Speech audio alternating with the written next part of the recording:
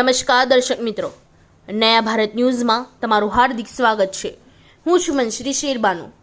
ડભોઈ તાલુકાના ઓરસંગ નદીમાંથી સફેદ રેતીનો 2 નંબરી ભૂમાફિયાઓ દ્વારા કાળો કારોબાર દર વખતે જિલ્લા ખાન ખનીજ રેડ કરીને લાખો રૂપિયાનો માલ તો જપ્ત કરે છે, પણ પછી તેની તે જ સ્થિતિ જોવા મળતી હોય છે।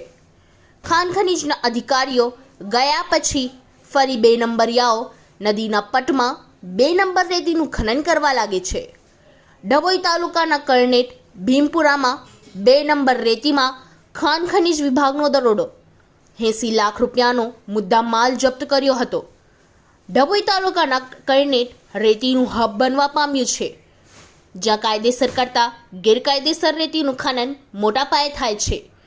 કરનેટની ઓરસંગ નદીની સફેદ રેતી સોનાના ભાવે વેચાય છે, જેને લઈને બહુમાળી બિલ્ડિંગમાં ઓરસંગની સફેદ રેતીની માંગ જોવા મળે છે, જેને લઈને મોટા શહેરોમાં ઓરસંગની સફેદ રેતીની માંગ હોવાને લઈ ખાન ખનીજ વિભાગ દ્વારા ચોમાસા દરમિયાન રેતી ખનન પર રોક લગાવી હોવા છતાંય ભૂમાફિયાઓ કાયદાને નેવે મૂકીને ઓરસંગ મૈયામાં બેફામ રેતી ખનન કરી રહ્યા છે।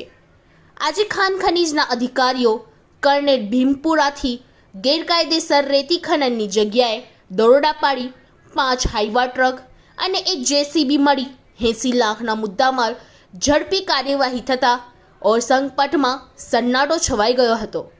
નિયમ મુજબ ગુનો દાખલ કરવામાં આવે છે કે નહીં તેના પર સૌની નજર છે। નવાઈની વાત તો એ છે કે જેસીબી પર ક્યાંથી નંબર જોવા મળતો નથી, જ્યારે ઝડપાયેલ ગાડીમાંથી 2 ગાડીના નંબર નિયમ મુજબ વાંચી શકાતા નથી।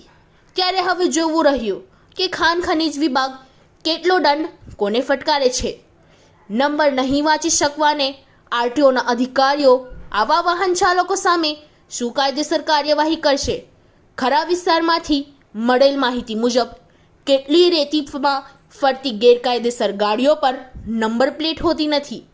કેટલીક ગાડીઓના નંબર ભૂતિયા હોય છે, જેના પરથી કોઈ કર્મચારી કે અધિકારીના દોરી સંચારથી જ આ ગાડીઓ દોડતી હોવી જોઈએ તેમ વાહન ચાલકોમાં ચર્ચાઈ રહ્યું હતું।